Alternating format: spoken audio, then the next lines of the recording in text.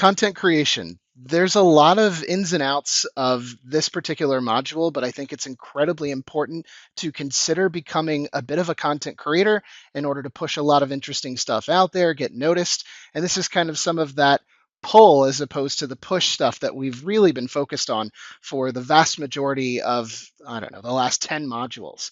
So I'm sure when people saw content creator, they're like, oh, but I have nothing to say. And even if I did, what do I need to actually create content? I don't have like a whole production background or studio. Well, you don't need to these days, right? So if you have a laptop and a phone and internet access, and let's just say half a brain, you're in a pretty good spot. These days, it's incredibly easy to make content. And content really does a lot for you in terms of getting information out there from the standpoint of building an audience and all these other things. So conceptually, when people hear content creator, they immediately think influencer. I'm not telling you to become an influencer. I'm not telling you to build up the empire of like win Lambo kind of stuff, right? So focus your content on the roles that you've had in the past or the ones that you're going for, skills that you have, the industry, projects, work that you've done already. And the goal of your content should be education, demonstrating something interesting, inform the audience on stuff that you already know. Make it engaging or invite people to engage with your content. Content is supposed to delight and be relatable as well. So you've already done a ton of work in your particular field. Why not focus that on something productive? So at the very least, you have stuff to add to your portfolio and potentially draw in new and interesting opportunities based on the stuff that you're producing.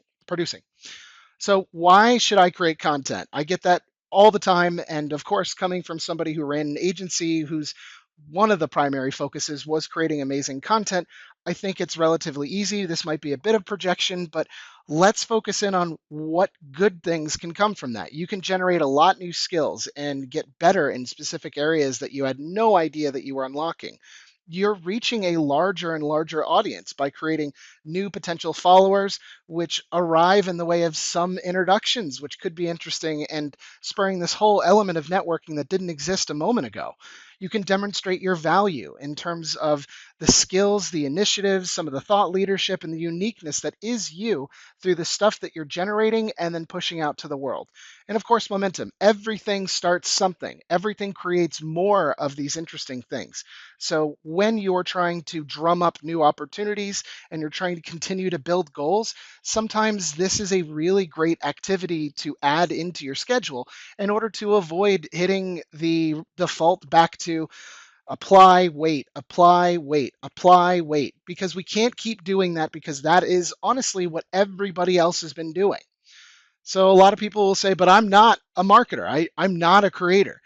Think about anything you did for the first time, whether it was your first time creating music or learning how to cook, or maybe it was playing some games or dancing or drawing, any hobby, sports, you name it. There's lots of things that you have created within your career that would be considered content.